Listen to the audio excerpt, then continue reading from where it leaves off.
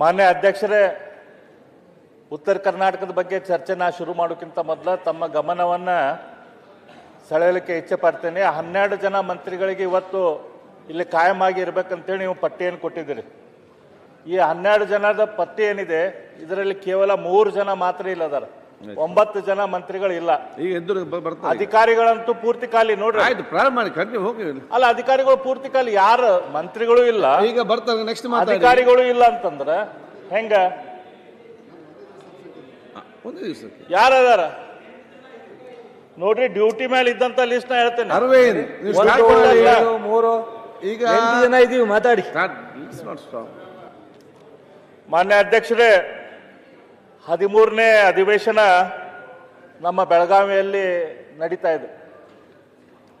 ಈ 13 ಅಧಿವೇಶನಗಳಲ್ಲಿ ಕೂಡ ಭಾಗವಹಿಸುವಂಥ ಅವಕಾಶ ನನಗೆ ಬಂದೈತೆ.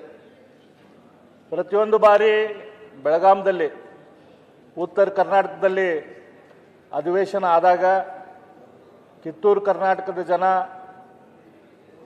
ಕಲ್ಯಾಣ ಕರ್ನಾಟಕದ ಜನ ಭಾಳ ಅಂದ್ರೆ ಭಾಳ ಖುಷಿ ಪಡ್ತಾರೆ.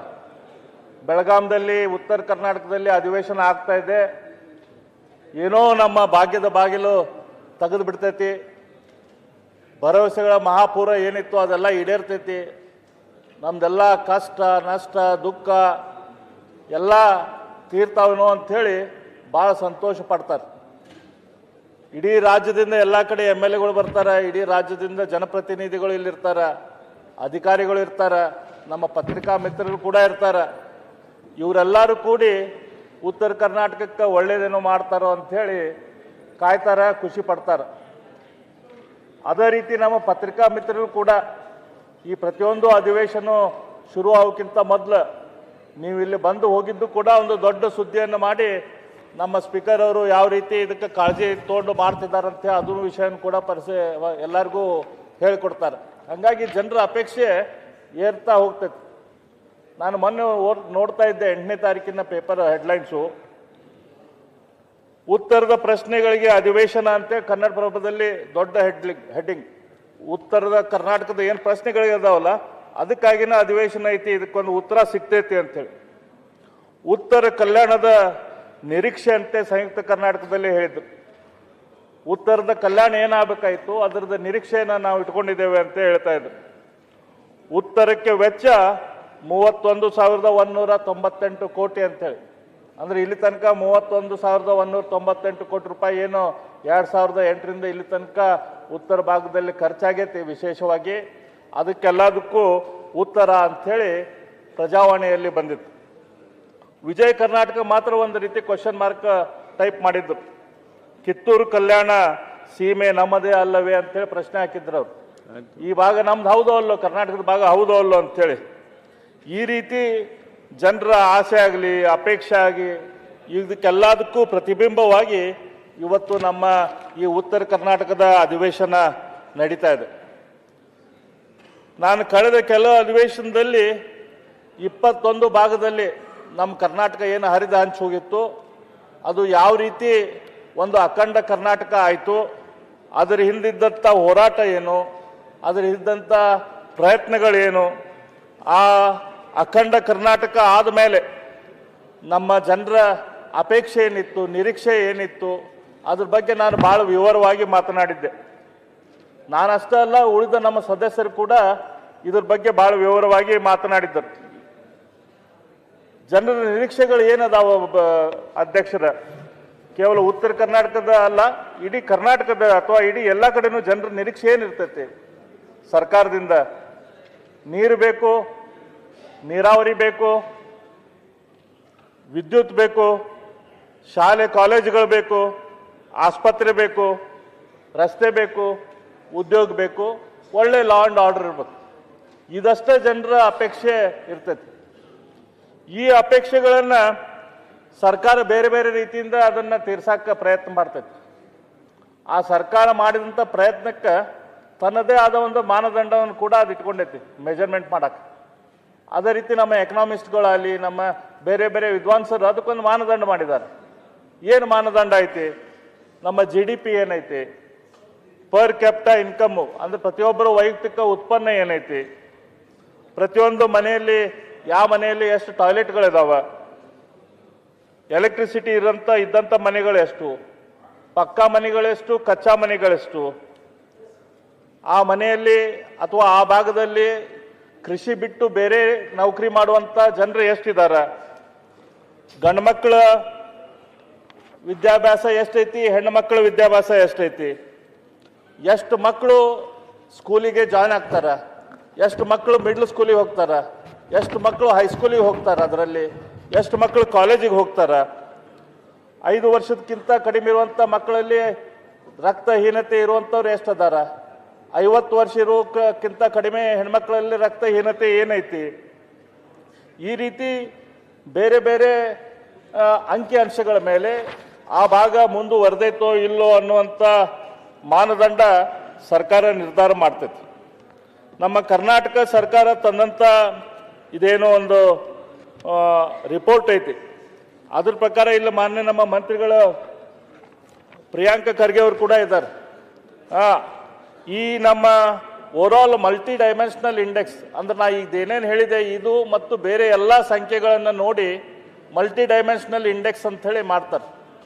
ಮಲ್ಟಿ ಡೈಮೆನ್ಷನಲ್ ಇಂಡೆಕ್ಸ್ ಪ್ರಕಾರ ನಾವು ತೆಗೆದುಕೊಂಡ್ರೆ ಇದ್ರ ಬಗ್ಗೆ ನಾನು ಭಾಳ ವಿವರವಾಗಿ ಹೋದ ಸದನದಲ್ಲಿ ಮಾತಾಡಿದ್ದೆ, ಹಾಗಾಗಿ ಈ ಸದನದಲ್ಲಿ ಮಾತಾಡೋದಿಲ್ಲ, ಆದ್ರೆ ಅದನ್ನು ಟಚ್ ಮಾಡ್ತೇನೆ ಅಷ್ಟೇ. ಅದ್ರ ಪ್ರಕಾರ ನೋಡಿದ್ರೆ ಟಾಪ್ 10 ಜಿಲ್ಲೆಗಳು, ಅತ್ಯಂತ ನಮ್ಮ ರಾಜ್ಯದ ಅತ್ಯಂತ ಹಿಂದುಳಿದ 10 ಜಿಲ್ಲೆಗಳು ಯಾವುದಾವಪ್ಪ ಅಂತಂದ್ರೆ ಯಾದಗಿರಿ, ನಮ್ಮ ಖರ್ಗೆ ಅವರ ಹಳೆ ಜಿಲ್ಲೆ, ಈಗ ಅವ್ರ ಪಕ್ಕದ ಜಿಲ್ಲೆ, ಅದು ಅತ್ಯಂತ ಟಾಪ್ದಲ್ಲಿ, ಅತ್ಯಂತ ಮಲ್ಟಿ ಡೈಮೆನ್ಷನಲ್ ಇಂಡೆಕ್ಸ್ದಲ್ಲಿ ಬೇರೆ ಬೇರೆ ರೀತಿಯ ಡೆವಲಪ್ಮೆಂಟ್ ನೋಡಿದ್ರೆ ಅತ್ಯಂತ ಹಿಂದುಳಿದ ಜಿಲ್ಲೆ ಅಂತಂದ್ರೆ ನಮ್ಮ ರಾಜ್ಯದ ಅತ್ಯಂತ ಪ್ರಭಾವಿ ನಾಯಕರ ಜಿಲ್ಲೆನ ಅತ್ಯಂತ ಹಿಂದುಳಿದೈತೆ ಯಾದಗಿರಿ. ಕಲಬುರಗಿ, ಅದರ ನಂತರ ವಿಜಾಪುರ, ಅದರ ನಂತರ ರಾಯಚೂರು, ಅದರ ನಂತರ ಬೀದರ್, ಅದರ ನಂತರ ಗದಗ, ಅದರ ನಂತರ ಕೊಪ್ಪಳ, ಅದರ ನಂತರ ಬಳ್ಳಾರಿ, ವಿಜಯನಗರ, ಹಾವೇರಿ. ಈ ರೀತಿ ಟಾಪ್ ಜಿಲ್ಲೆಗಳು ಹಿಂದುಳಿದಿದ್ದು ಯಾವಪ್ಪ ಅಂತಂದ್ರೆ ಉತ್ತರ ಕರ್ನಾಟಕದ ಜಿಲ್ಲೆಗಳ. ಈ ರೀತಿ ಪರಿಸ್ಥಿತಿ ಇವತ್ತು 75 ವರ್ಷಗಳಾದರೂ ಕೂಡ ನಮ್ಮ ರಾಜ್ಯದಲ್ಲೇ ಐತಿ. ನಾನು ಅನ್ಕೊಂಡಿದ್ದೆ ಈ ಎಲ್ಲ ವಿಷಯಗಳ ಬಗ್ಗೆ ಕಳೆದ ಇಷ್ಟು ಅಧಿವೇಶನದಲ್ಲಿ ತಾವು ಉತ್ತಮವಾಗಿ ಚರ್ಚೆಗೆ ಅವಕಾಶ ಮಾಡಿಕೊಟ್ಟಿದ್ದೀರಿ. ಈ ಸರ್ತಿ ಅಧಿವೇಶನ ಶುರು ಆಗ್ಬೇಕಾರೆ ನಾನು ತಮಗೂ ಕೂಡ ಒಂದು ಪತ್ರ ಬರೆದಿದ್ದೆ.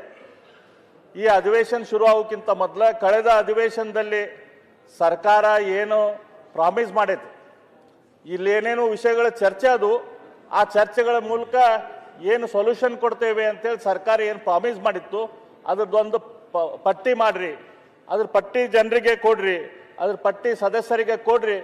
ಅಂದ್ರೆ ನಾವು ಒಂದು ಪ್ಲಾನ್ ಆಫ್ ಆ್ಯಕ್ಷನ್ ಇತ್ತಂದ್ರೆ ಇದ್ರ ಮುಂದೆ ಹೆಂಗೆ ಹೋಗ್ಬೇಕಂತ ಆ್ಯಕ್ಷನ್ ಇತ್ತಂದ್ರೆ ಅದ್ರ ಮೇಲೆ ಈ ಭಾಗದ ಅಭಿವೃದ್ಧಿಗೆ ನಾವು ಒಂದು ನೀಲನಕ್ಷೆ ಹಾಕಕ್ಕಾಗ್ತೈತಿ ಅಂತ ನಾನು ಒಂದು ಪತ್ರವನ್ನು ತಮಗೆ ಬರೆದಿದ್ದೆ.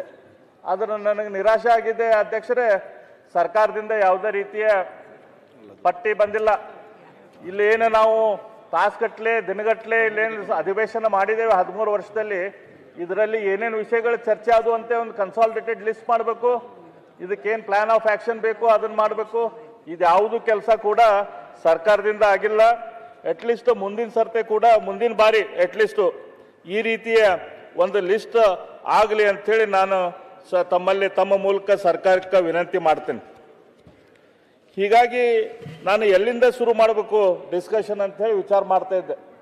ಆವಾಗ ನನ್ನ ಕಣ್ಣಿಗೆ ಬಂದಿದ್ದು ಕಾಂಗ್ರೆಸ್ ಪಕ್ಷದ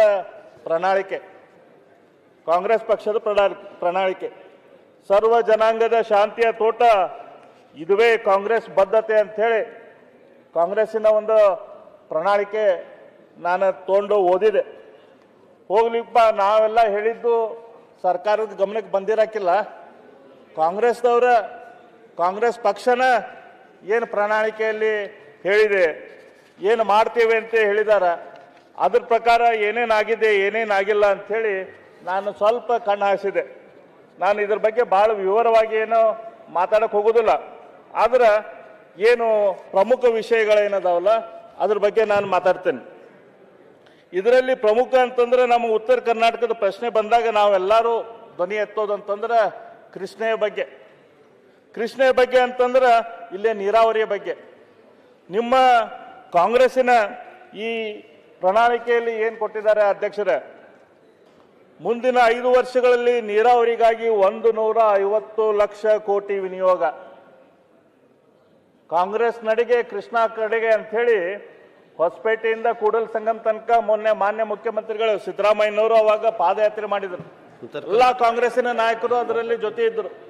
ನಾವೇನು ಅಧಿಕಾರಕ್ಕೆ ಬಂದ್ಬಿಟ್ರೆ ಕೃಷ್ಣದ ಎಲ್ಲ ಪ್ರಾಜೆಕ್ಟ್ಗಳನ್ನ ಕಂಪ್ಲೀಟ್ ಮಾಡ್ತೇವೆ ಅನ್ನುವಂಥ ಒಂದು ಭರವಸೆಯನ್ನು ಜನರಿಗೆ ಕೊಟ್ಟರು. ಅದಾದ ಒಂದು ಸರ್ತಿ ಅಧಿಕಾರಕ್ಕೆ ಬಂದರು, 5 ವರ್ಷ ಆಯ್ತು, ಮುಗೀತು, ಮತ್ತೆ ನಮ್ಮ ಸರ್ಕಾರ ಬಂತು, ಮತ್ತೆ ಈಗ ಇನ್ನೊಮ್ಮೆ ಅತ್ಯಂತ ದೊಡ್ಡ ಲೀಡ್ನಿಂದ ನೀವು ಕಾಂಗ್ರೆಸ್ನವರು ಬಂದರು. ಈಗ ಮುಂದೆ ಹೋಗಿ ಅದೇ ಹೇಳ್ತೇನೆ, ಇದು 150 ಲಕ್ಷ ಕೋಟಿ ಇದಕ್ಕೆ ಕೊಡ್ತೇವೆ ಅಂತ ಹೇಳಿದವರು ಇವತ್ತು ಏನು ಕೊಟ್ಟಿದ್ದಾರೆ ಅಂತೇಳಿ ನಿಮ್ಮ ಮುಂದೆ ನಾನು ಹೇಳ್ತೇನೆ. ನಮ್ಮ ಸರ್ಕಾರ ಇದ್ದಾಗ ನಮ್ಮ ಸರ್ಕಾರ 4 ವರ್ಷದ ಅವಧಿಯಲ್ಲಿ 2019-20 2022-23 ತನಕ 79,662 ಕೋಟಿ ರೂಪಾಯಿಗಳನ್ನ ನೀರಾವರಿಗೆ ಕೊಡ್ತು. 79,662 ಕೋಟಿ ಅಂದ್ರೆ ಸುಮಾರು ವರ್ಷಕ್ಕೆ 20,000 ಕೋಟಿ ನಮ್ಮ ಸರ್ಕಾರ ನೀರಾವರಿಗೆ ಕೊಡ್ತು. ಈಗ ಏನು ಮಾಡಿದೆ ಸರ್ಕಾರ? ಈಗ ನೀರಾವರಿಗೆ ನಮಗೆ ಗೊತ್ತು, ಸ್ವಲ್ಪ ಮುಖ್ಯಮಂತ್ರಿಗಳಿಗೆ ಉಪಮುಖ್ಯಮಂತ್ರಿಗಳಿಗೆ ಸ್ವಲ್ಪ ಕಸಲೈತಿ. ಅದ್ರ ಸಂಬಂಧ ಅವ್ರ ಡಿಪಾರ್ಟ್ಮೆಂಟಿಗೆ ಕಡಿಮೆ ಕೊಟ್ಟಿರ್ಬೋದು ಅಂತ ಅನ್ಕೊಂಡು ನನ್ಗೆ ಗೊತ್ತಿಲ್ಲ ಎದಕ್ಕಂತ ಹೇಳಿ. ಇಲ್ಲಿ ನೋಡಿದ್ರೆ ಇಲ್ಲಿ ತನಕ ಆಗದಂತ ಖರ್ಚು ಈಗ ಸರ್ಕಾರ ಆಲ್ಮೋಸ್ಟ್ 2 ವರ್ಷ 8 ತಿಂಗಳ ಬಂತು, 6 ತಿಂಗಳಾಯ್ತು, ಬರೀ 36,000 ಕೋಟಿ ಖರ್ಚಾಗಿದೆ. ಅಂದ್ರೆ 3 ವರ್ಷದಲ್ಲಿ ಎವರೇಜ್ ನಾವು ಹಿಡ್ದಿವಂತಂದ್ರೆ ಕೇವಲ 13,000 ಕೋಟಿ ರೂಪಾಯಿ ಖರ್ಚಾಗಿದೆ. ಈ ಲೆಕ್ಕದ ಪ್ರಕಾರ ನಾವು ಹೋದ್ರೆ ಇನ್ನು ಉಳಿದಂತ 2 ವರ್ಷ 3 ತಿಂಗಳು 4 ತಿಂಗಳಲ್ಲಿ ನೇಮಿರಾಜ್ ಅಲ್ಲಿ ಪಕ್ಕ ಸೀಟ್ ಇದೆ, ಅಲ್ಲಿ ಪಕ್ಕದ ಸೀಟ್ ನಮ್ಮ ಹಿರಿಯರು ಏನದು ವೆಂಕಟೇಶ್ವರ ಶ್ರೀನಿವಾಸ ಶಾಸಕರು ಕೂತ್ಕೊಳ್ಳಿ ಪಕ್ಕ. ಕಾಗೇಜಿ ಅವರು ಅವರೇ ಅಲ್ಲಿ ಅವರೇ ಅಲ್ಲಿ ಸೀಟ್ ಇದೆ ಅಲ್ಲ, ಯಾಕೆ ಸೀಟ್ ಒಂದು ಮಾತಾಡಿ. ಇನ್ನು 2 ವರ್ಷ 3 ತಿಂಗಳಲ್ಲಿ ಮಾನ್ಯ ಅಧ್ಯಕ್ಷರೇ 1,17,000 ಕೋಟಿ ರೂಪಾಯಿ ಖರ್ಚು ನಮ್ಮ ಸರ್ಕಾರ ನೀರಾವರಿಗೆ ಮಾಡಬೇಕಾಗ್ತದೆ. ಈ ರೀತಿ ಮಾಡಕ್ಕೆ ಸಾಧ್ಯ ಐತೇನೋ? ಈ ರೀತಿ ಸರ್ಕಾರದ ಕೊಡುವಂಥ ಬದ್ಧತೆ ಐತೇನೋ? ನಾನು ಇದನ್ನ ಪ್ರಶ್ನೆಯನ್ನು ಸರ್ಕಾರಕ್ಕೆ ಇಡ್ತೇನೆ. ಇದು ತಮ್ಮ ಉತ್ತರದಲ್ಲಿ ಇದ್ರ ಬಗ್ಗೆ ಸ್ಪಷ್ಟವಾಗಿ ಹೇಳ್ಬೇಕು. ಯಾಕಂದ್ರೆ ಇದು ನಾವು ಹೇಳ್ತಾ ಇರೋದಲ್ಲ, ಕಾಂಗ್ರೆಸ್ ಪಕ್ಷದ ಪ್ರಣಾಳಿಕೆ ಪ್ರಕಾರ 1,50,000 ಕೋಟಿ ಏನು ಕೊಡ್ತೇವೆ ಅಂತ ಹೇಳ್ತೀರಿ. ಅದ್ರಾಗ ಇಲ್ಲಿ ತನಕ ಕೇವಲ ವರ್ಷಕ್ಕೆ 13,000 ಕೋಟಿ ರೂಪಾಯಿ ರಿಲೀಸ್ ಆಗೈತಿ, ಬ್ಯಾಲೆನ್ಸ್ ಅಮೌಂಟ್ ರಿಲೀಸ್ ಆಗಿಲ್ಲ. ವರ್ಷಕ್ಕೆ ನಮ್ಗೆ 30,000 ಕೋಟಿ ರೂಪಾಯಿ ರಿಲೀಸ್ ಆಗಬೇಕಾಗಿತ್ತು. ಆದ್ರೆ ನೀರಾವರಿಗೆ ಕೇವಲ ಇಷ್ಟು ಕಡಿಮೆ ಪ್ರಮಾಣದ ದುಡ್ಡನ್ನು ರಿಲೀಸ್ ಮಾಡಿದಾಗಿತ್ತು.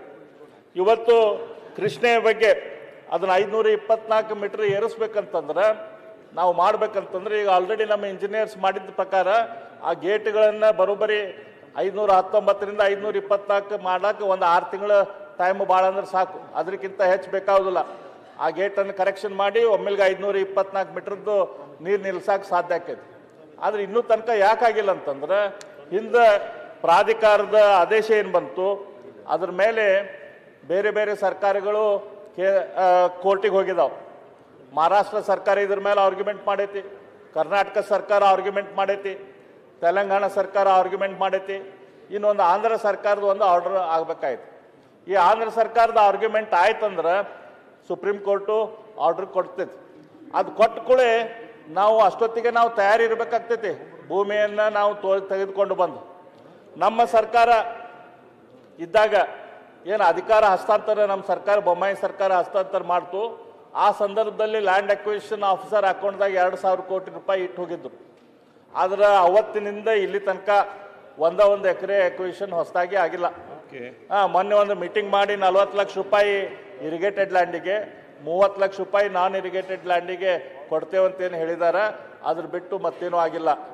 ನಮ್ಮ ಸರ್ಕಾರ ಇದ್ದಾಗ ನೀರಾವರಿ ಇಲ್ಲದಂಥ ಅಗ್ರಿಕಲ್ಚರ್ ಲ್ಯಾಂಡಿಗೆ, ನೀರಾವರಿ ಇಲ್ಲದಂಥ ಅಗ್ರಿಕಲ್ಚರ್ ಲ್ಯಾಂಡಿಗೆ ಕೇವಲ 4 ಲಕ್ಷ ರೂಪಾಯಿ ಡಿಫ್ರೆನ್ಸ್ ಇಟ್ಟಿದ್ರು.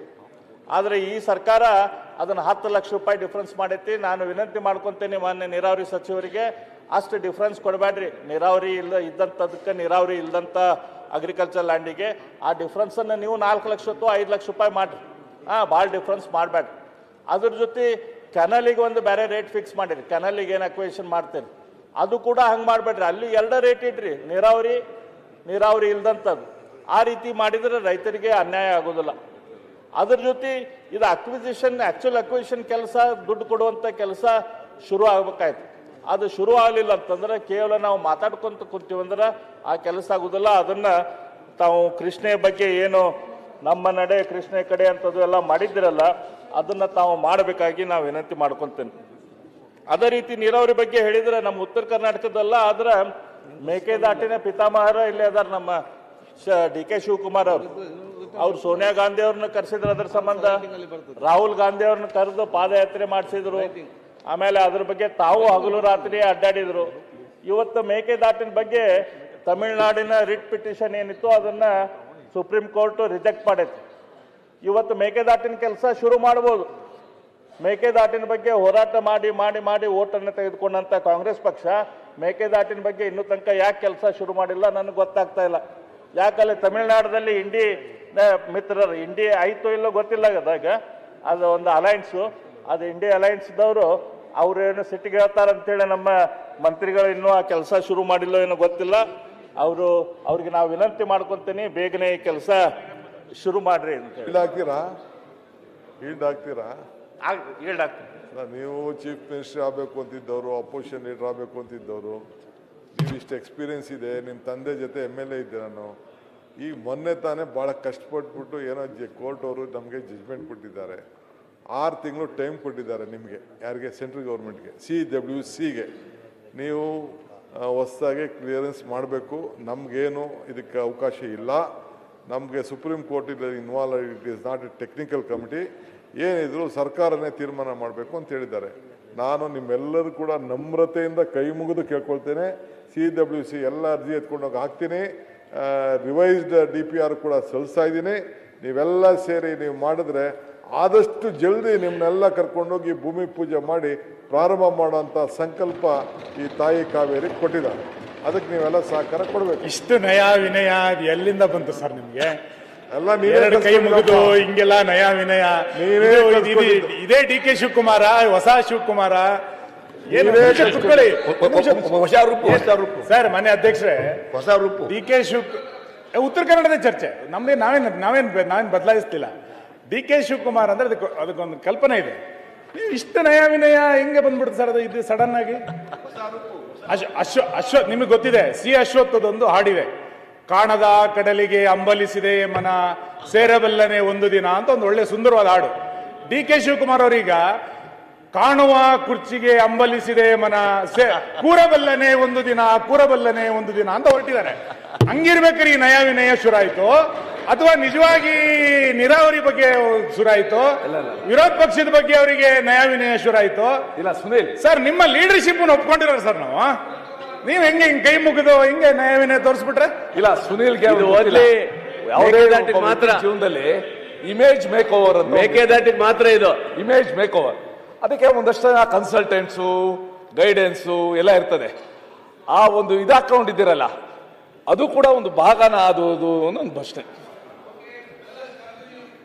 ನಮ್ಮ ಕೇಂದ್ರದ ನೀರಾವರಿ ಮಂತ್ರಿಗಳು ಏನಿದ್ದಾರೆ, water resource minister CR Patil, ಅವ್ರಿಗೆ ಬಹಳ ಆತ್ಮೀಯ ಸಂಬಂಧ DK ಶಿವಕುಮಾರ್ ಅವರು. ವಿನಂತಿ ಮಾಡ್ಕೊಳ್ತೇನೆ, ಅದನ್ನ ನಮ್ಮ ಮೇಕೆದಾಟಿಗೆ ಕೂಡ ಸ್ವಲ್ಪ ಗಮನ ಕೊಡಿ. ಅದಕ್ಕಿಂತ ಜೊತೆ ಹೆಚ್ಚಾಗಿ ಆಯ್ತು, ಎಲ್ಲರಿಗೂ ಬೇಕು, ಕಾವೇರಿ ಬೇಕು, ಮಾದಾಯಿ ಬೇಕು, ಕೃಷ್ಣ ಬೇಕು.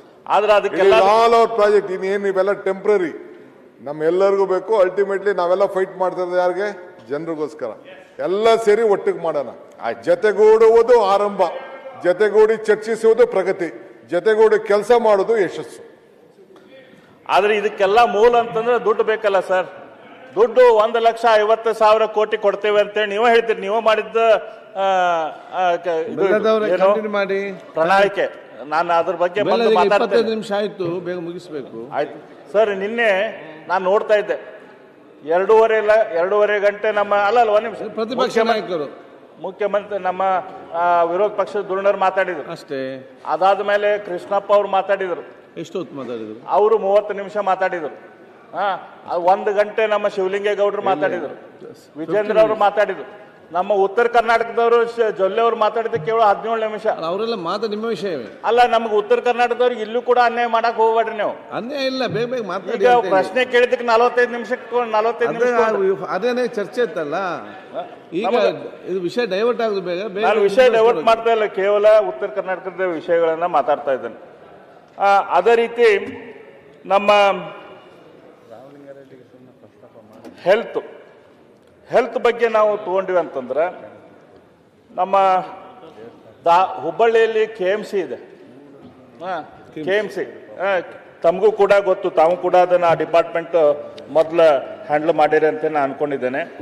ಅದೇ ರೀತಿ ನಮ್ಮ ಧಾರವಾಡದಲ್ಲಿ ಡಿಮಾನ್ಸ್ ಅಂತಿದೆ. ಅಂದ್ರೆ ನಮ್ಮ ಧಾರವಾಡ ಹುಚ್ಚರ ಆಸ್ಪತ್ರೆ ಅಂತ ಕರಿತೀವಿ ನಾವು ಧಾರವಾಡ. ಅದಕ್ಕೆ ಉತ್ತರ ಕರ್ನಾಟಕದಲ್ಲಿ ಎಲ್ಲರೂ ಅದಕ್ಕೆ ಹುಚ್ಚರ ಆಸ್ಪತ್ರೆ ಅಂತ ಕರೀತಾರೆ. ಹುಬ್ಬಳ್ಳಿಯಲ್ಲಿ KMC ಐತಿ. ಹುಬ್ಬಳ್ಳಿ KMCಯಲ್ಲಿ 2412 ಬೆಡ್ಗಳದ.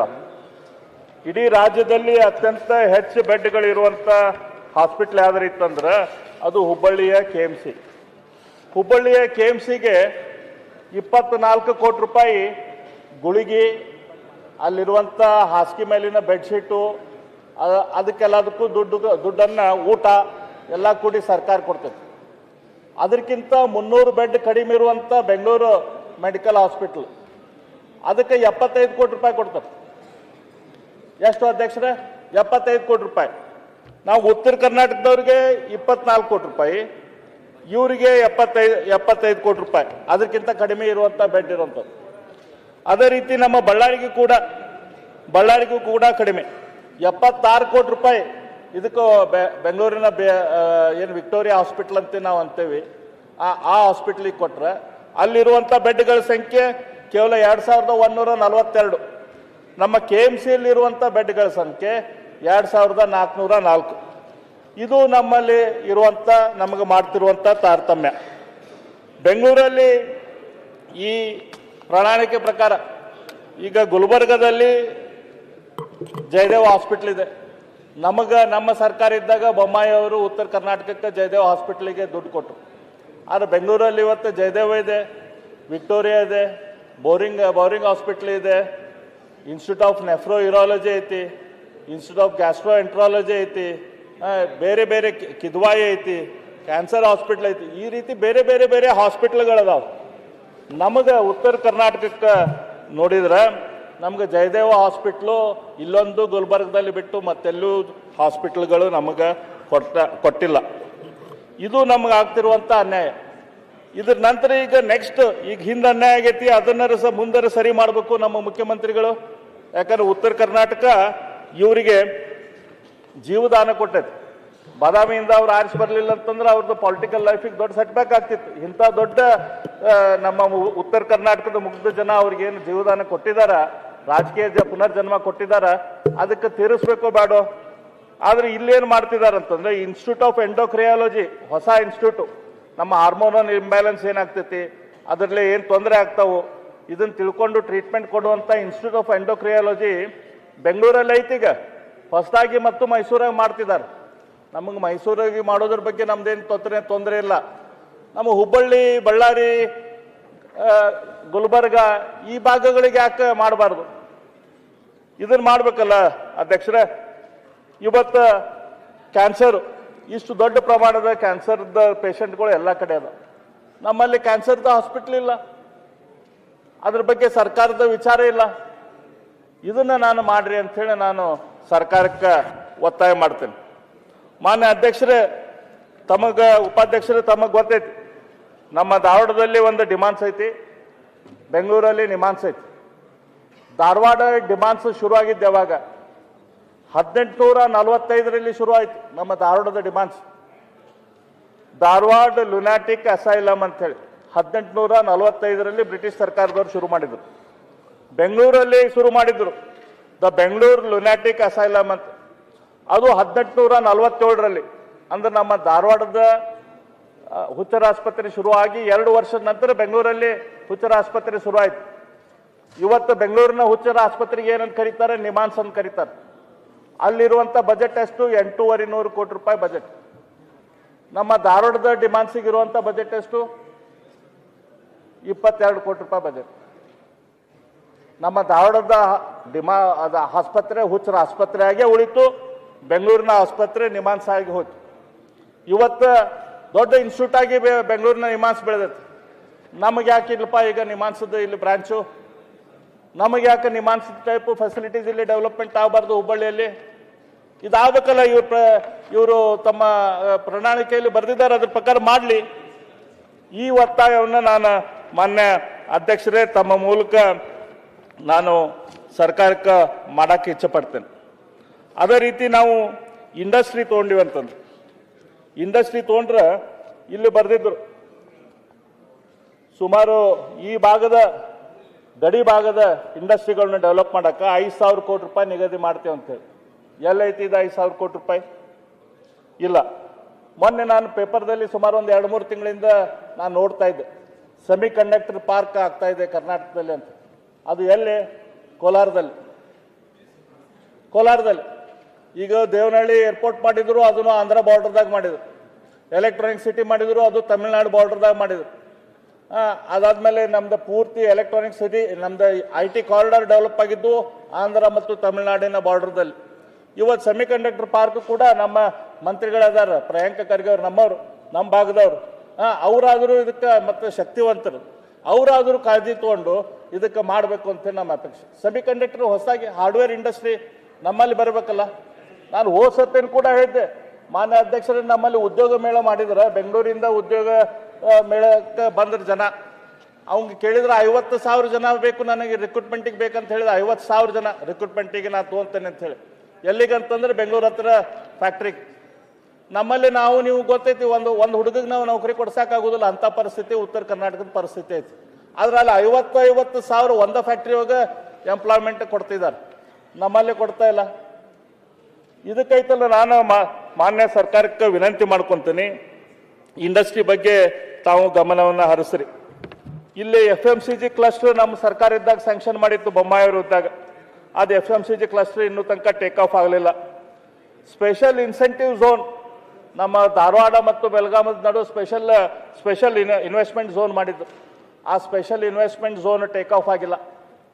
ಅದೇ ರೀತಿ ಮುಂಬೈ ಚೆನ್ನೈ ಇಂಡಸ್ಟ್ರಿಯಲ್ ಕಾರಿಡಾರ್ ಇಲ್ಲೇ ಜಾಗ ಕೂಡ ಐಡೆಂಟಿಫೈ ಮಾಡಿದ್ದೇವೆ, ಇನ್ನೂ ಕೂಡ ಒಂದು ಇಂಡಸ್ಟ್ರಿ ಅಲ್ಲೇ ಬಂದಿಲ್ಲ. ನಮ್ಮ ಮಿತ್ರರಾದ ಪ್ರಿಯಾಂಕ ಖರ್ಗೆ ಅವರು ನಮ್ಮ ಹುಬ್ಬಳ್ಳಿಗೆ ಬಂದು ಪ್ರಾಮಿಸ್ ಮಾಡಿದ್ರು, ಅವರು ಪ್ಲಗ್ ಆ್ಯಂಡ್ ಪ್ಲೇ ಮಾಡುವಂಥ ಒಂದು ಹಾರ್ಡ್ವೇರ್ ಇಂಡಸ್ಟ್ರಿಯಲ್ ಪಾರ್ಕ್ ನಾನು ಮಾಡ್ತೇನೆ ಹುಬ್ಬಳ್ಳಿಯಲ್ಲಿ ಅಂತೇಳಿ. ಈಗ 2.5 ವರ್ಷ ಆಯಿತು, ಇನ್ನೂ ತನಕ ನಮ್ಮಲ್ಲಿ ಆ plug and play industrial park ಶುರುವಾಗಿಲ್ಲ. ಒಂದು ದೊಡ್ಡದ ITPL ಏನು ಬೆಂಗಳೂರಲ್ಲಿ ಇದೆ, ಆ ಟೈಪ್ ಒಂದು ಸುಮಾರು 10 lakh square feet 20 lakh square feet ಒಂದು ದೊಡ್ಡ ಬಿಲ್ಡಿಂಗ್ ಮಾಡಿ ಅಲ್ಲೆಲ್ಲ ಇನ್ಫ್ರಾಸ್ಟ್ರಕ್ಚರ್ ತಯಾರು ಮಾಡಿ ಅವ್ರಿಗೆ ಇನ್ಸೆಂಟಿವ್ ಕೊಟ್ರೆ ಈ ಉತ್ತರ ಭಾಗಕ್ಕೆ ಕರ್ನಾಟಕಕ್ಕೆ ಯಾವ ಇಂಡಸ್ಟ್ರಿಗಳು ಬರ್ತಾವೆ. ಆ ರೀತಿ ಯಾವುದೇ ಇನ್ಫ್ರಾಸ್ಟ್ರಕ್ಚರ್ ನಾವು ಕ್ರಿಯೇಟ್ ಮಾಡ್ದೆ, ಯಾವುದೇ ಸ್ಪೆಷಲ್ ಇನ್ಸೆಂಟಿವ್ಸ್ ಕೊಡ್ಲೆ, ಯಾವುದೇ ರೀತಿಯ ಅವ್ರಿಗೆ ಬರಲಿಕ್ಕೆ ನಾವು ಆಕರ್ಷಣೆ ಮಾಡಲಿಲ್ಲ ಅಂತಂದ್ರೆ ಯಾರು ಉತ್ತರ ಕರ್ನಾಟಕಕ್ಕೆ ಬರ್ತಾರೆ? ಉಪನಾಯಕರೇ, ಯಾಕೆ ಬರಬೇಕು? ಯಾರು ಬರುವುದಿಲ್ಲ. If you can yield for a minute. ಮಾನ್ಯ ಮಾನ್ಯ ಅಧ್ಯಕ್ಷರೇ, ಪಕ್ಕದಲ್ಲಿ ಅಶ್ವಥ್ ನಾರಾಯಣ್ ಸಾಹೇಬರು ಕೂಡ ಕೂತಿದ್ದಾರೆ, ಅರವಿಂದ್ ಅವ್ರ ಪಕ್ಕದಲ್ಲಿ. ನಮ್ಮ ಸರ್ಕಾರ, ಯಾವುದೇ ಪಕ್ಷದ ಸರ್ಕಾರ ಬಂದರೂ ಕೂಡ ಬಂಡವಾಳ ಯಾವಾಗಲೂ ಕೂಡ ಬೆಂಗಳೂರು ಹೊರಗಡೆ ಹೋಗ್ಬೇಕಂತಲೇ ನಮ್ದೆಲ್ಲರದು ಪ್ರಾಮಾಣಿಕ ಪ್ರಯತ್ನ ಇರೋದು. ಬಿಯಾಂಡ್ ಬೆಂಗಳೂರು ಅಂತ ನಾವು ಪಾಲಿಸಿ ಮಾಡಿದ್ದೀವಿ. ಅದನ್ನು ಮುಂದುವರಿಸ್ತಾ ಲೀಪ್ ಅಂತ ಒಂದು ಪ್ರೋಗ್ರಾಮು ಕಳೆದ ಬಜೆಟ್ ಘೋಷಣೆಯಲ್ಲಿ ಅನೌನ್ಸ್ ಮಾಡಿದ್ವಿ, ಲೋಕಲ್ ಎಕನಾಮಿಕ್ ಆಕ್ಸಿಲರೇಷನ್ ಪ್ರೋಗ್ರಾಮ್. ಮುಂಚೆ ಏನಾಗ್ತಾಯಿತ್ತು ಅಧ್ಯಕ್ಷರೇ, ಬಂಡವಾಳ ಎಲ್ಲಿ ಪ್ರತಿಭೆ ಇರ್ತಾ ಇತ್ತು ಅಲ್ಲಿ ಹೋಗ್ತಾ ಇತ್ತು. ಈಗ ನಾವು ಏನು ಮಾಡ್ತಾ ಇದ್ದೀವಿ, ಪ್ರತಿಭೆ ಎಲ್ಲಿದೆ ಅಲ್ಲಿ ಬಂಡವಾಳ ಬರಬೇಕು ಅಂದ್ಬಿಟ್ಟು ನಾವು ಮಾಡ್ತಾ ಇದ್ದೀವಿ. Hubli, Belagavi, Dharwad, Arvind ji, we have considered it as a cluster.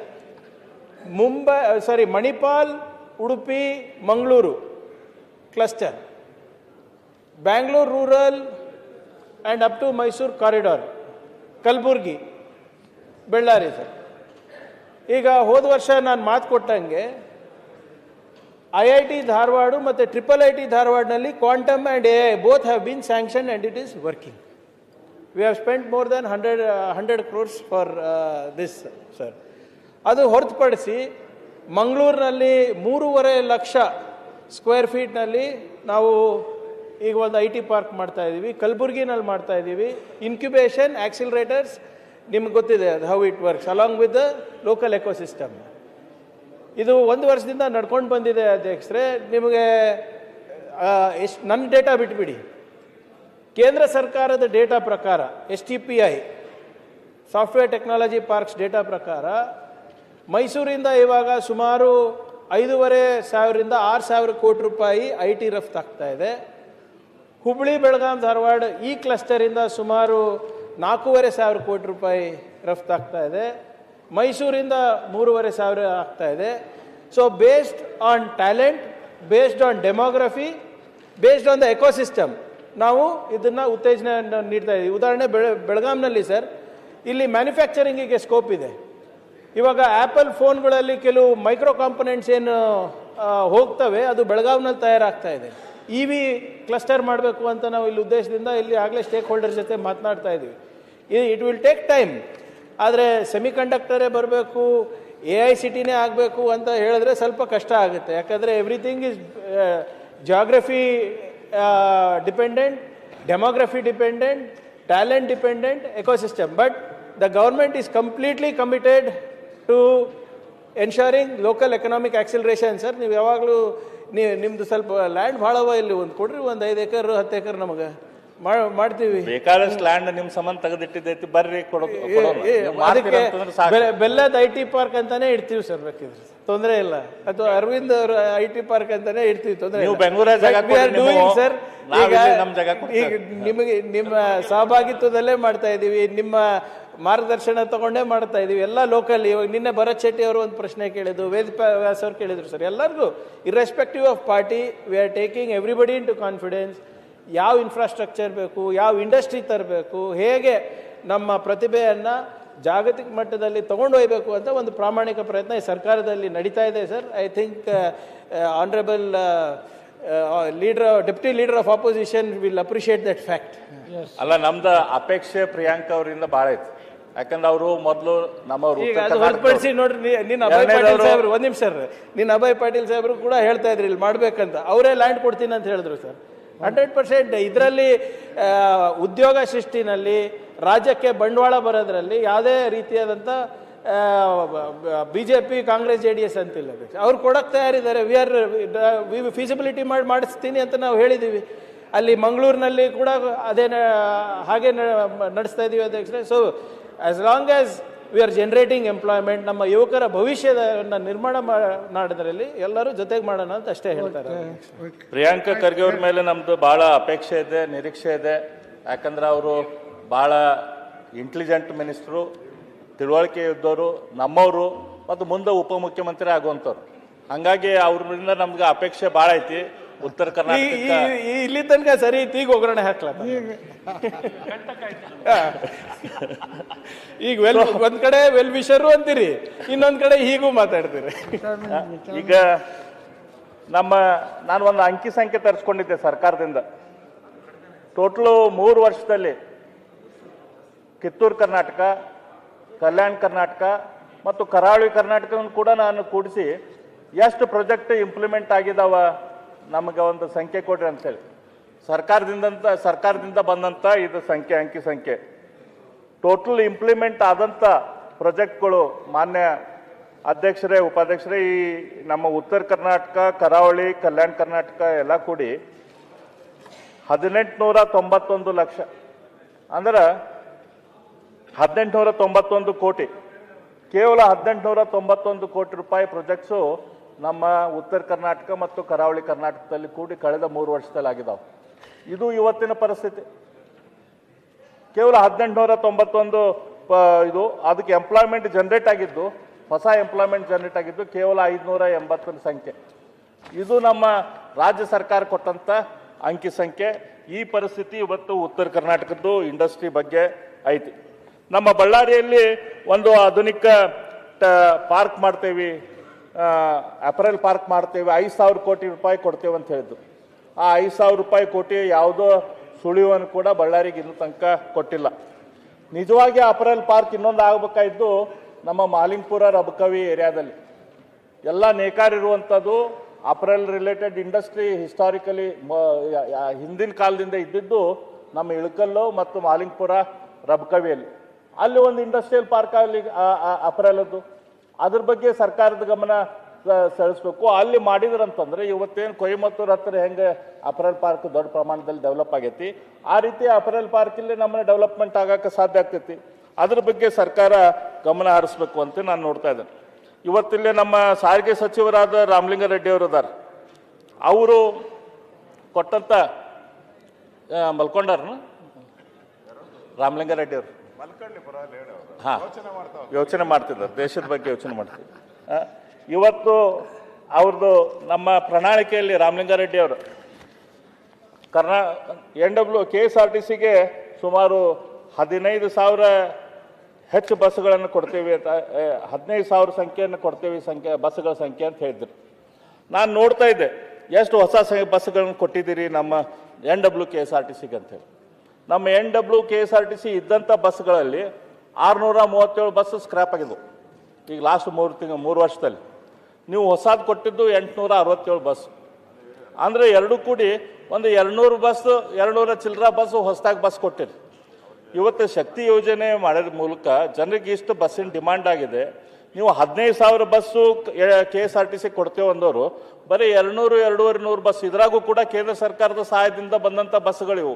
ಈಗ ಆದಂತರ ಹೆಂಗೆ ಬಸ್ಸು ಕೊಡ್ತೀವಿ ಅಂತ ಹೇಳಿರೋದು, ಈ ಸಲ ಮತ್ತೆ ಕೊಡ್ತೀವಿ. ಆಮೇಲೆ ಕಾರಣ ಏನು ಅಂದರೆ 19ರಿಂದ 23ವರೆಗೂ 4 ವರ್ಷದಲ್ಲಿ ಒಂದು ಬಸ್ಸು ತೊಗೊಂಡಿರಲಿಲ್ಲ, ಅದರಿಂದ ಈ ಗ್ಯಾಪ್ ಆಯಿತು. ಅಲ್ಲ ಸರ್, 2.5 ವರ್ಷ ಆಯ್ತು ಈಗ ಸರ್ಕಾರ ಅಧಿಕಾರಕ್ಕೆ ಬಂದು. ಇಲ್ಲಿ ತನಕ ನಾನೇನು ಬೇರೆದೇನು ಹೇಳ್ತಾ ಇಲ್ಲ, ಪ್ರಣಾಳಿಕೆ ಮೂಲಕನ ಹೇಳ್ತಾನೆ. ಪ್ರಣಾಳಿಕೆಯಲ್ಲಿ ಮಾಡಿದಂಥ ಪ್ರಾಮಿಸನ್ನು ನೀವು ಅದನ್ನು ನೆರವೇರಿಸ್ಕೊಡ್ರಿ ಜನರಿಗೆ ಅಂತೇಳಿ. ಇದಕ್ಕೆ ಒಂದು ಬರೀ 2,200 ಬಸ್ಸುಗಳು ಇಲ್ಲಿ ತನಕ ನೀವು ಕೊಟ್ಟಿರಿ. ಇದ್ರ ಬಗ್ಗೆ ತಾವು ಗಮನ ಹರಿಸ್ರಿ ಅಂಥೇಳಿ ನಾನು ಕೇಳ್ಕೊತಾ ಇದ್ದೇನೆ. ಅದ್ರ ನಂತರ ನಾನು ನೇರವಾಗಿ ನಮ್ಮ ಕಲ್ಯಾಣ ಕರ್ನಾಟಕದ ಬಗ್ಗೆ ನೀವೇನು ಪ್ರಾಮಿಸ್ ಮಾಡಿದ್ರಿ ಅದ್ರ ಬಗ್ಗೆ ನಾನು ಬರ್ತೇನೆ. ಕಲ್ಯಾಣ ಕರ್ನಾಟಕದ ಅಭಿವೃದ್ಧಿಗೆ ಪ್ರತಿ ವರ್ಷ 5,000 ಕೋಟಿ ಕೊಡ್ತೇವೆ ಅಂತ ಹೇಳಿದ್ರು. ಎಷ್ಟು ಮಾನ್ಯ ಅಧ್ಯಕ್ಷರು? 5,000 ಕೋಟಿ ರೂಪಾಯಿ. ಎಷ್ಟು ಕೊಟ್ಟರಿ ಇಲ್ಲಿ ತನಕ? ನಮ್ಮ ಇದರಲ್ಲಿ ಒಂದು ಅಂಕಿ ಸಂಖ್ಯೆ ನಾನು ಎಲ್ಲ ಸದನದ ಗಮನಕ್ಕೆ ತೆಗೆದುಕೊಂಡು ಬರಕ್ಕೆ ಇಚ್ಛೆ ಪಡ್ತೇನೆ. ಮಾನ್ಯ ಪ್ರಿಯಾಂಕ ಖರ್ಗೆ ಅವರು ಮೊನ್ನೆ ನಮ್ಮ ಪ್ರಜಾವಾಣಿಯಲ್ಲಿ ಕೊಟ್ಟರು 31,000 ಕೋಟಿ ಉತ್ತರ ಕರ್ನಾಟಕಕ್ಕೆ ಮತ್ತು ಕಲ್ಯಾಣ ಕರ್ನಾಟಕಕ್ಕೆ ಖರ್ಚಾಗೈತಿ 2008ರಿಂದ ಇಲ್ಲಿ ತನಕ. ಅಂದ್ರೆ ನಂಜುಂಡಪ್ಪ ವರದಿ ಪ್ರಕಾರ ಕೆಲವು ತಾಲೂಕುಗಳಿಗೆ ವಿಶೇಷ ಅನುದಾನ ಕೊಟ್ಟಿದ್ದು ಮತ್ತು ಕಲ್ಯಾಣ ಕರ್ನಾಟಕದಲ್ಲಿ KKRDB ಮೂಲಕ ದುಡ್ಡು ಕೊಟ್ಟಂಥದ್ದು ಎಲ್ಲದು ಕೂಡಿ 31,000 ಕೊಟ್ಟೈತಿ. 31,000 ಕೋಟಿ ಎಲ್ಲಿ ಹೋಯ್ತು? ಅದರ ಅಭಿವೃದ್ಧಿ ಯಾಕಾಗಿಲ್ಲ ಅಂಥೇಳಿ ಅದ್ರ ಬಗ್ಗೆ ನಮ್ಮ ಮಾನ್ಯ ವಿರೋಧ ಪಕ್ಷದ ಧುರೀಣರು ಕೂಡ ಮಾತಾಡಿದ್ರು. ಇಷ್ಟು ದುಡ್ಡು ಹೆಂಗೆ ಅಭಿವೃದ್ಧಿ ಆಗಿದೆ, ಎಲ್ಲಿ ಖರ್ಚಾಗೈತಿ, ಎಲ್ಲಿ ಕಾಂಟ್ರಾಕ್ಟರ್ ಹೋಗೈತಿ, ಅದನ್ನು ವಿಚಾರ ಮಾಡ್ರಿ ಅಂತ. ಆದರೆ ಇದು 31,000 ಕೋಟಿ ಎಷ್ಟು ಅಮೌಂಟು? ನಾವು 2008ರಿಂದ 2025 ತನಕ ನಮ್ಮ ಕರ್ನಾಟಕ ರಾಜ್ಯದ ಬಜೆಟನ್ನು ಟೋಟಲ್ ಬಜೆಟ್ ಸೈಜ್ ನೋಡಿದ್ರೆ 35 ಲಕ್ಷ ಕೋಟಿಯ ಬಜೆಟ್ ಕರ್ನಾಟಕ ರಾಜ್ಯದ. 2008ರಿಂದ ಇಲ್ಲಿ ತನಕ ಅಂದಾಜು 35 ಲಕ್ಷ ಕೋಟಿ ಬಜೆಟ್. ಈ 35 ಲಕ್ಷ ಕೋಟಿ ಬಜೆಟ್ದಲ್ಲಿ 31,000 ಕೋಟಿ ರೂಪಾಯಿ ಈ ಉತ್ತರ ಕರ್ನಾಟಕಕ್ಕೆ, ಕಲ್ಯಾಣ ಕರ್ನಾಟಕಕ್ಕೆ ಕೊಟ್ರೆ 1%ಗಿಂತನೂ ಕಡಿಮೆ. ಮಾನ್ಯ ಅಧ್ಯಕ್ಷರೇ, 1%ಗಿಂತ ಕಡಿಮೆ ದುಡ್ಡು ಈ ಭಾಗಕ್ಕೆ ಕೊಟ್ಟೆ. ನಿಮ್ಗೆ ಇಷ್ಟು ದುಡ್ಡು ಕೊಟ್ಟೈತಿ, ಏನು ಅಭಿವೃದ್ಧಿ ಆಗ್ತೈತಿ? ಹೆಂಗೆ ಅಭಿವೃದ್ಧಿ ಆಗಕ್ಕೆ ಸಾಧ್ಯ? ಇಷ್ಟು ಕಡಿಮೆ ದುಡ್ಡದಲ್ಲಿ ಅಭಿವೃದ್ಧಿ ಆಗಕ್ಕೆ ಹೆಂಗೆ ಸಾಧ್ಯ? ಇದ್ರ ಬಗ್ಗೆ ಸರ್ಕಾರ ಗಮನದ ಲಕ್ಷ್ಯ ಕೊಡಬೇಕು. ನಮಗೈತಲ್ಲಿ ಕೊಡ್ತಿರುವಂಥ ದುಡ್ಡು ಎಷ್ಟು ದೊಡ್ಡ ಪ್ರಮಾಣದಲ್ಲಿ ನಾವು ಹಿಂದುಳಿದೇವಲ್ಲ, ಅದನ್ನು ಮುಂದೆ ಬರ್ಬೇಕಂತಂದ್ರೆ ಭಾಳ ದೊಡ್ಡ ಪ್ರಮಾಣದ ಶಕ್ತಿ ಬೇಕಾಗ್ತದೆ. ಇವತ್ತೊಂದು ರೈಲ್ವೆ ಓಡ್ತಾ ಇರ್ಬೇಕಾದ್ರೆ ಅದಕ್ಕೆ ಇನ್ನೊಂದು ಸ್ವಲ್ಪ ಸ್ಪೀಡ್ ಹೆಚ್ಚು ಮಾಡ್ಕೊಳಕ್ಕೆ ಅದಕ್ಕೆ ಭಾಳ ಶಕ್ತಿ ಬೇಕಾಗೋದಿಲ್ಲ. ಆದರೆ ನಿಂತಂಥ ರೈಲ್ವೆ ಹೋಗ್ಬೇಕಂತಂದ್ರೆ ಅದಕ್ಕೆ ಭಾಳ ಶಕ್ತಿ ಬೇಕಾಗ್ತದೆ. ಆ ರೀತಿ ಇವತ್ತು ಉತ್ತರ ಕರ್ನಾಟಕದ ಈ ಭಾಗಗಳು ಭಾಳ ನಿಂತು ಬಿಟ್ಟಾವು. ಇವನು ಹೋಗ್ಬೇಕಂತಂದ್ರೆ ಭಾಳ ದೊಡ್ಡ ಪ್ರಮಾಣದ ಶಕ್ತಿ ಸರ್ಕಾರದಿಂದ ಬೇಕಾಗ್ತೈತಿ. ಹಾಗಾಗಿ ಇದು 31,000 ಕೋಟಿ ಏನೈತಿ, 1% ಆಫ್ ಅಧ್ಯಕ್ಷರೇ ಆದಂತ ಬಜೆಟ್ ಅಮೌಂಟ್. ಇಲ್ಲ ಸರ್, ಈಗ ಉಪನಾಯಕರು ಮಾತಾಡ್ತಾ ಇದ್ದಾರೆ, ಓಕೆ. ಕಲ್ಯಾಣ ಕರ್ನಾಟಕ ಬಗ್ಗೆ ಬಿ ಜೆ ಪಿಯವರು ಅಷ್ಟೆಲ್ಲ ಮಾತಾಡ್ತಾ ಇದ್ರು. 371J ನಾವು ಮಾಡಲಿಕ್ಕೆ ಆಗೋದಿಲ್ಲ ಅಂತ ಹೇಳಿದ ಅವರು, KKRDB ರಚನೆ ಮಾಡೋಕ್ಕಾಗೋದಿಲ್ಲ ಅಂತ ಹೇಳಿದ ಅವರು. ₹1 KKRDB ಆದಮೇಲೆ ₹1 ಅವ್ರು ಕೊಟ್ಟಿಲ್ಲ. 1500 ರೂಪಾಯಿ ಕೊಟ್ಟಿದ್ದು ನಾವು, 3000 ಕೊಟ್ಟಿದ್ದು ನಾವು, 5000 ಕೊಟ್ಟು ಮಾಡಿದ್ದು ನಾವು ಹಿಂಗೆ ಕೊಟ್ಟಿದ್ವಿ, ನೀವು ಇಷ್ಟು ಕೊಟ್ಟಿದ್ದೀರಾ ಅಂತ ಹೇಳಿದ್ರೆ ನಾವು ಟೀಕೆಗೆ ಒಪ್ತೀವಿ. ನಮ್ಮ ಕಾಲದಲ್ಲಿ ನಾವು 1500 ಇರೋದನ್ನ 3000 ಮಾಡಿದಿರಿ, ನೀವೇನು ಮಾಡಿದಿರಿ ಅಂತ ಕೇಳಿದ್ರೆ ಆ ಟೀಕೆಗೆ ಒಪ್ತೀವಿ. ಈ 30,000 ಕೋಟಿನಲ್ಲಿ ಸುಮಾರು 1 ಲಕ್ಷಕ್ಕಿಂತ ಹೆಚ್ಚು ಇನ್ಫ್ರಾಸ್ಟ್ರಕ್ಚರ್ ಕ್ರಿಯೇಟ್ ಮಾಡಿದೀವಿ ಅಧ್ಯಕ್ಷರೇ. ಅಂಗನವಾಡಿಯಿಂದ ಹಿಡ್ಕೊಂಡು ಏರ್ಪೋರ್ಟ್ ಅನ್ನ ನಾವು ಮಾಡಿದ್ದೇವೆ. ಅದೆಲ್ಲ ತಾವು ಹೇಳ್ಬೇಕಲ್ಲ. ನೀವು ಕೊಟ್ಟಿದ್ದು ಶೂನ್ಯ. 371Jನೇ ಆಗಿಲ್ಲ. 1 ಲಕ್ಷಕ್ಕಿಂತ ಹೆಚ್ಚು ಹುದ್ದೆಗಳನ್ನ ನಾವು ಕೊಟ್ಟಿದ್ದೇವೆ ಸರ್ಕಾರದಲ್ಲಿ. ಇವ್ರೇನ್ ಮಾಡಿದ್ದಾರೆ? ಹೋದ ಬಾರಿ ಅಧ್ಯಕ್ಷರೇ ಸುಮಾರು 1,000 ಮೆಡಿಕಲ್ ಸೀಟ್ಗಳು ಸಿಕ್ಕಿವೆ ನಮಗೆ. ಅದು ಯಾರಿಂದ ಆಗಿದ್ದು? ಇವಾಗ ನೀವು ಕಂಪ್ಯಾರಿಟಿವ್ಲಿ ಕೊಟ್ಟರೆ ನಾವು ಕೇಳಕ್ಕೆ ತಯಾರಿರ್ತೀವಿ. ಆದರೆ ನೀವೇನು ಮಾಡಿಲ್ಲ ಅಂದರೆ ನೀವೇನು ಮಾಡಿದ್ರೆ ಅದನ್ನು ಹೇಳಬೇಕಲ್ಲ. 371J ತಿರಸ್ಕಾರ ಮಾಡಿದ್ದು ನೀವು. ಈಗ ಸರ್ಕಾರ ಉತ್ತರ ಕೊಡಬೇಕಾದ್ರೆ KKRDBನಲ್ಲಿ ಹಗರಣ ಮಾಡಿದ್ದು ಇವರು. ನಮ್ಮ ಟೈಮ್ ನೀವು ತಗೊಂಡು ಆಮೇಲೆ ಈಗ ನಿಮ್ ಬಗ್ಗೆ ಒಳ್ಳೇದ್ ಮಾತಾಡಿದ್ರೆ ನಿಮ್ ಕನ್ನಡಿ ಹಿಡಿದ್ರೆ ಸರಿ ಇಲ್ಲ ಅಂತೀರಿ ನನಗೆ. ನಾ ಏನ್ ಮಾಡ್ಲಿ? ಬಗ್ಗೆ ಒಳ್ಳೇದ ಮಾತಾಡತ್ತೀನಿ. 2008ರಿಂದ ಇಲ್ಲಿ ತನಕ ಯಡಿಯೂರಪ್ಪ ಅವರಿದ್ದಾಗ ಮಾಡಿದ್ವಿ, ಬೊಮ್ಮಾಯಿ ಅವರಿದ್ದಾಗ ಹಿಂಗ್ ಮಾಡಿದ್ವಿ, ಸಿದ್ದರಾಮಯ್ಯ ಅವ್ರು ಬಂದ್ಮೇಲೆ ಹಿಂಗ್ ಮಾಡಿದ್ರು ಅಂತ ಹೇಳಿದ್ರೆ ಓಕೆ. ಏರ್ಪೋರ್ಟ್ ಮಾಡಿಸಿದ್ ನಾವು, ESIC ಜಿಮ್ಸ್ ಮಾಡಿಸಿದ್ ನಾವು, ಕಿದ್ವಾಯ್ ಮಾಡಿಸಿದ್ ನಾವು, ಜಯದೇವ ಮಾಡಿಸಿದ್ ನಾವು ಅಂದ್ರು ಏನ್ ಮಾಡಿರಿ ಅಂತ ಕೇಳ್ತಾರೆ. ಜಯದೇವ ಮಾಡಿದ್ದು ನಮ್ಮ ಸರ್ಕಾರದಲ್ಲಿ ಯಾರು ಹೇಳಿದ್ದು ಸರ್? ಸಿದ್ದರಾಮಯ್ಯ ಅವ್ರು ಫಸ್ಟ್ ಟೈಮ್ ಇದ್ದಾಗ ಆಗಿದೆ ಅಧ್ಯಕ್ಷರೇ. ಯಾರು ಮಾತಾಡಕ್ ನಿಂತಿರ್ತಾರ ಅವ್ರ ಕಡೆ ಕ್ಯಾಮ್ರಾ ಫೋಕಸ್. ನ್ಯಾಷನಲ್ ಹೈವೇ ಮಾಡಿಸಿದ್ ನಾವು, ಸ್ಟೇಟ್ ಹೈವೇ ಮಾಡಿದ್ ನಾವು. ಎಲ್ಲದಕ್ಕೂ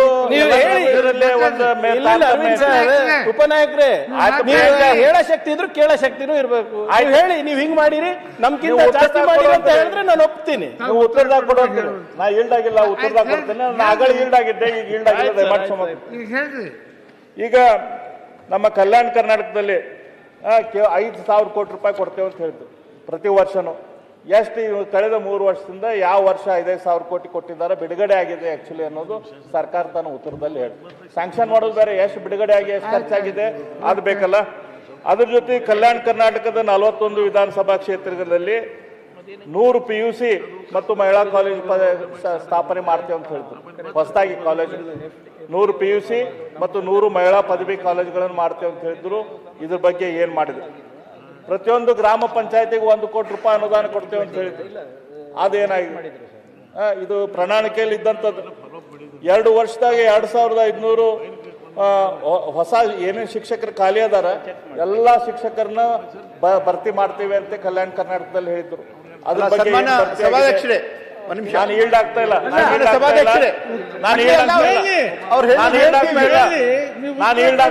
ಸರ್ಕಾರ ಉತ್ತರದಲ್ಲಿ ಕೊಡ್ಲಿ. ಅದೇ ರೀತಿ ನಾವು ಕಿತ್ತೂರು ಕರ್ನಾಟಕದ ಬಗ್ಗೆ ಹೇಳ್ತಾ ಇದಾರಲ್ಲ, ನಾವು ಕನ್ನಡ ಬಗ್ಗೆ ಹೇಳ್ತಾ ಇದ್ದಾರೆ. ನಾನು ಈಲ್ಡ್ ಆಗ್ತಾ ಇಲ್ಲ.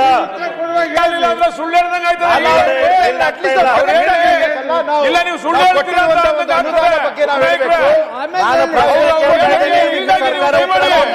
ನಾಯಕರು ಉಪನಾಯಕರು ಯಾವಾಗ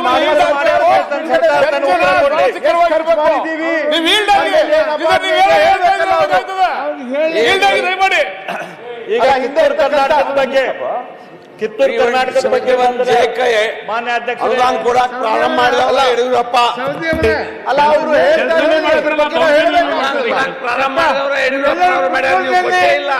ಎಲ್ಲರೂ ಎದ್ದಿದ್ದೀರಲ್ಲ, ಕುತ್ಕೊಳ್ಳಿ. ಅಲ್ಲ ಅವ್ರು ಹೇಳ್ತಾ ಇರೋದು ನಾನು ಕರ್ನಾಟಕ ಪ್ರಾರಂಭ ಮಾಡಿದವರು ಯಡಿಯೂರಪ್ಪನವ್ರಿ. ನೀವೆಲ್ಲಿ ಕೊಟ್ಟಿದ್ದೀರಿ? ನೀವು ಅನ್ಕೊಂಡಂಗೆ ಈಗ ಕಿತ್ತೂರು ಕರ್ನಾಟಕದ ಬಗ್ಗೆ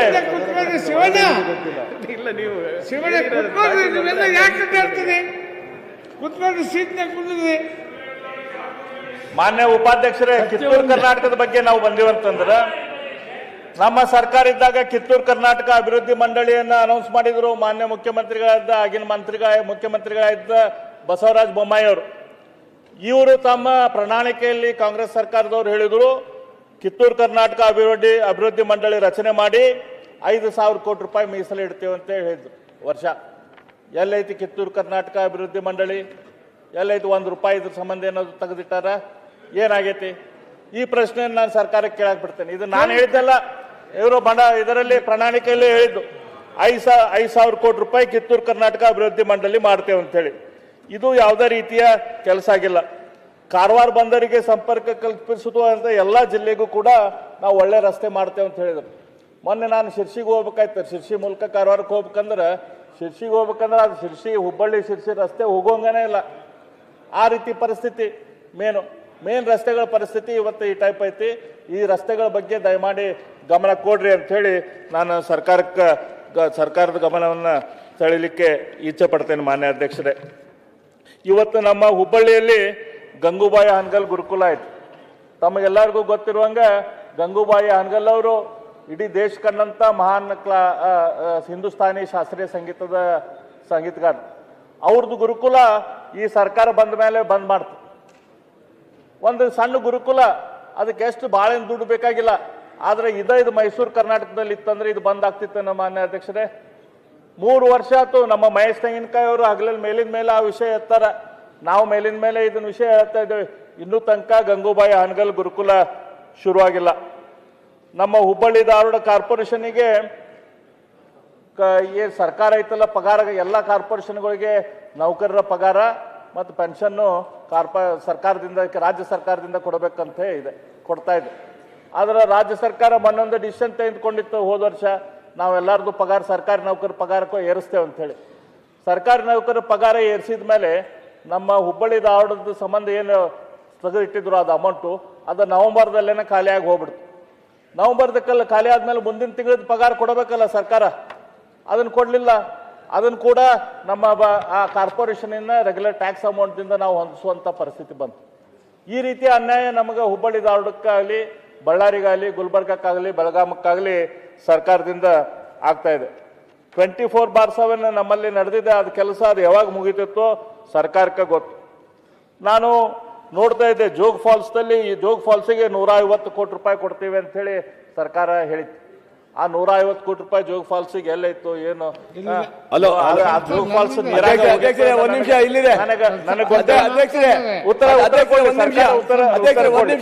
ದಯವಿಟ್ಟು ಸರ್ಕಾರ ಉತ್ತರ ಕೊಡ್ಬೇಕಾದ್ರೆ ಕೊಡಿ.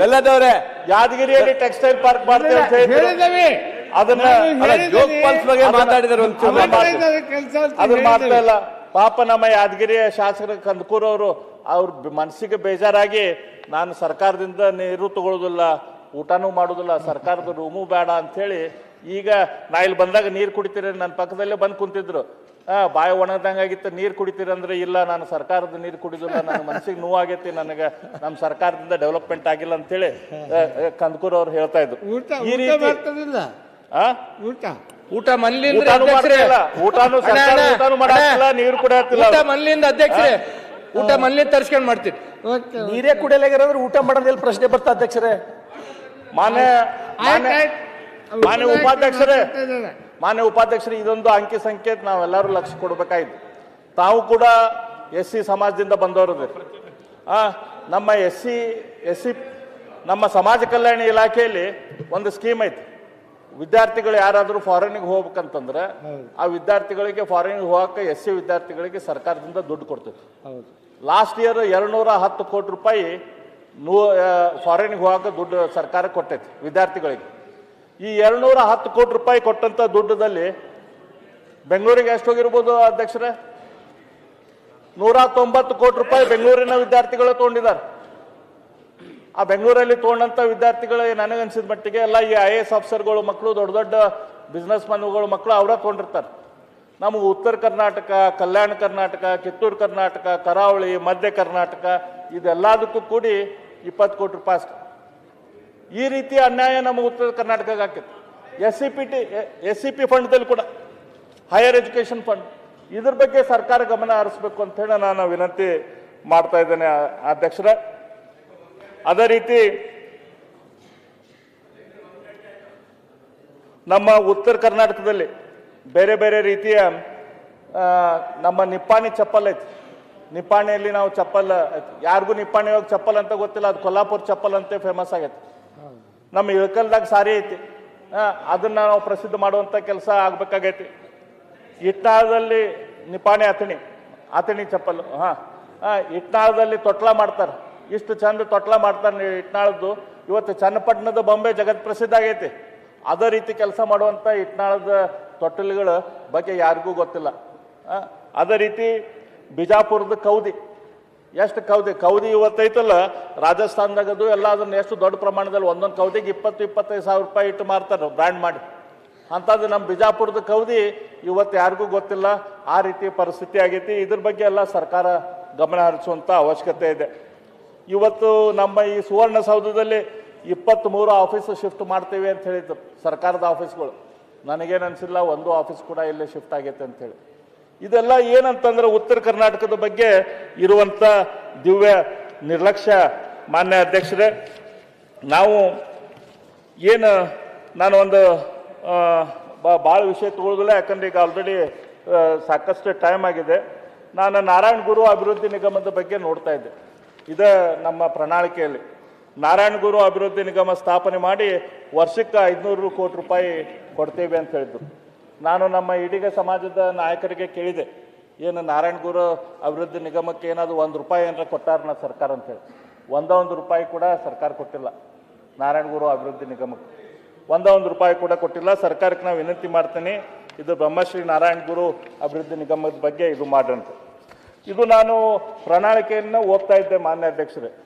ಈ ಪ್ರಣಾಳಿಕೆಯಲ್ಲಿ ಮೇಲೆ ನಮ್ಮ ಮಾನ್ಯ ಮುಖ್ಯಮಂತ್ರಿಗಳ ಫೋಟೋ ಐತಿ, ಮಾನ್ಯ ಉಪಮುಖ್ಯಮಂತ್ರಿಗಳ ಫೋಟೋ ಐತಿ, ಕೆಳಗೆ ಹರಿಪ್ರಸಾದ್ ಅವ್ರ ಫೋಟೋ, ಆಮೇಲೆ ಪರಮೇಶ್ವರ್ ಫೋಟೋ, MB ಪಾಟೀಲ್ರ ಫೋಟೋ ಐತಿ, ಮೇಲೆ ಎಲ್ಲ ನಮ್ಮ ಕಾಂಗ್ರೆಸ್ ಪಕ್ಷದ ರಾಷ್ಟ್ರೀಯ ನಾಯಕರ ಪಕ್ಷ ಫೋಟೋ ಐತಿ, ಖರ್ಗೆ ಸಾಹೇಬ್ರು ಹಿಡ್ಕೊಂಡು. ಅದ್ರ ಒಳಗೆ ನಾವು ಓದ್ಕೊಂತ ಹೋದೆ ಏನಂತ ಹೇಳಿ. ಅದ್ರ ಒಳಗೆ ಅವರು ಮೆನ್ಷನ್ ಮಾಡಿದಾರ, ನಮ್ಮ ಮುತ್ಸದ್ದಿ ಹಾಗೂ ಸಾರ್ವಜನಿಕ ಜೀವನದಲ್ಲಿ ತಮ್ಮನ್ನು ಸಂಪೂರ್ಣ ತೊಡಗಿಸಿಕೊಂಡಿರುವ ಶ್ರೀ ಮಲ್ಲಿಕಾರ್ಜುನ್ ಖರ್ಗೆ ಅವರು AICC ಅಧ್ಯಕ್ಷರಾಗಿದ್ದಾರೆ.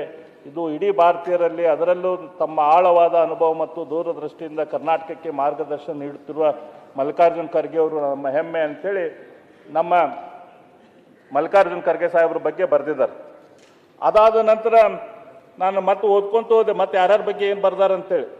ಕರ್ನಾಟಕ ಪ್ರದೇಶ ಕಾಂಗ್ರೆಸ್ ಸಮಿತಿಯ ಅತ್ಯಂತ ಕ್ರಿಯಾಶೀಲ, ಸದಾ ಉತ್ಸಾಹಿ, ಸಂಘಟನಾ ಚತುರ ಮತ್ತು ದಣಿವರಿದ ನಾಯಕ ಶ್ರೀ DK ಶಿವಕುಮಾರ್ ಅವರ ಅಧ್ಯಕ್ಷತೆಯಲ್ಲಿ ಹಾಗೂ ಸದಾ ಜನಪರ ಕಾಳಜಿಯ ದೂರದೃಷ್ಟಿಯುಳ್ಳ ಅತ್ಯಂತ ದಕ್ಷ, ಸೂಕ್ಷ್ಮ, ಸಂವೇದಿ ಆಡಳಿತಗಾರರ ನೇತೃತ್ವದಲ್ಲಿ ಖ್ಯಾತ ಜನಮುಖಿ ನಾಯಕ ಶ್ರೀ ರಣದೀಪ್ ಸಿಂಗ್ ಸುರ್ಜೇವಾಲಾ ಇದ್ದಾರೆ ಅಂತೆಲ್ಲ ಬರೆದಿದ್ದರು. ನಾನು ಸಿದ್ದರಾಮಯ್ಯ ಸಾಹೇಬ್ರ ಹೆಸರು ಎಲ್ಲರ ಐತನಂತೆ ನೋಡಾತಿದ್ದೆ ಇದ್ರಾಗ ಪ್ರಣಾಳಿಕೆ ಅವ್ರು ಎಲ್ಲೂ ಇಲ್ಲ. ಆದ್ರೆ ನಮ್ಮ ಸಿದ್ದರಾಮಯ್ಯ ಸಾಹೇಬ್ರು ಎಷ್ಟು ಶಾಣೆ ಅಂತಂದ್ರೆ ಇದ್ರಾಗ ಫ್ರಂಟ್ ಪೇಜ್ದಾಗ ಯಾರ್ದಾರ ಹರಿಪ್ರಸಾದ್ ಅವ್ರು ಹೋದ್ರಿ ಇಲ್ಲಿಂದ, ಸುರ್ಜೇವಾಲಾ ಅವರು ಹೋಗ್ಯಾರ, ಮತ್ತೆ ಯಾರ್ಯಾರು ಹೋಗ್ತಾರೋ ಗೊತ್ತಿಲ್ಲ ಇದ್ರಾಗ. ಈ ರೀತಿ ಒಂದು ಪ್ರಣಾಳಿಕೆ ಕಾಂಗ್ರೆಸ್ ಪಕ್ಷದ ಪ್ರಣಾಳಿಕೆ ಏನೈತಿ ಅದನ್ನ ನಾನು ನೋಡ್ತಾ ಇದ್ದೇನೆ. ನಮ್ಮ ಉತ್ತರ ಕರ್ನಾಟಕಕ್ಕೆ ಸಂಬಂಧಪಟ್ಟದ ವಿಷಯ ಅಲ್ಲ. ಯಾರ ಫೋಟೋ ಅದನ್ನು ಬಿಜೆಪಿ ಅವ್ರು ಹೇಳ್ತಾರೆ. ಯಾರ ಫೋಟೋ ಮೇಲಿರ್ಬೇಕು, ಯಾರ ಫೋಟೋ ಕೆಳಗಿರ್ಬೇಕು, ಅವ್ರ ಕಿರುಪರಿಚಯ ಏನಿರ್ಬೇಕು ಅದನ್ನು ಇವರೇ ಹೇಳ್ಬೇಕು. ಏನಿದು ಇದಕ್ಕೆ ಚರ್ಚೆಗೆ ಏನ್ ಸಂಬಂಧ ಅರವಿಂದ್ ಅವರೇ? ಅಲ್ಲ ಏನಣ್ಣ ಕರ್ನಾಟಕ